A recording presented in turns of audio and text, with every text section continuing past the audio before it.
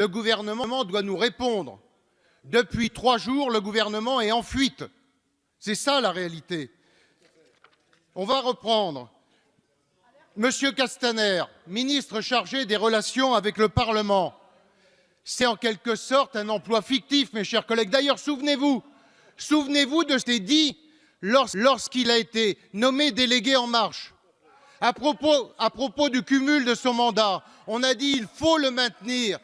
Mon cher collègue, au lieu d'aboyer comme un guignol, prenez le micro si vous avez quelque chose à dire. Vous êtes là-haut à aboyer, vous êtes incapable d'aligner 2 mots à un micro. Allez au micro. Monsieur Castaner, souvenez-vous de ce qu'il a été dit. Lorsqu'il a été nommé délégué En Marche, on nous a dit, on l'a lu dans toute la presse, qu'il fallait qu'il ait un poste de ministre pour avoir un salaire. C'est ça qui a été dit. On est bien dans le cadre d'un emploi fictif.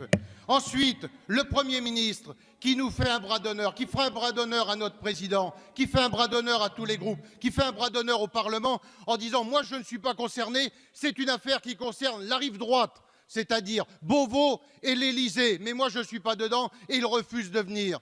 Le ministre de l'Intérieur aujourd'hui, qui est complètement bloqué, tétanisé, parce qu'il va être auditionné par une commission d'enquête. Ça n'est pas une mince affaire que le ministre de l'Intérieur soit obligé de comparaître devant une commission d'enquête. Vous vous rendez compte dans quel état vous avez mis la République? Et c'est ça que vous voulez soutenir? Vous voulez être complice de cela? Vous êtes des complices d'une clique qui est payée à l'Élysée et qui est là pour faire des basses œuvres. Mais mes chers collègues, tout ça est totalement irresponsable.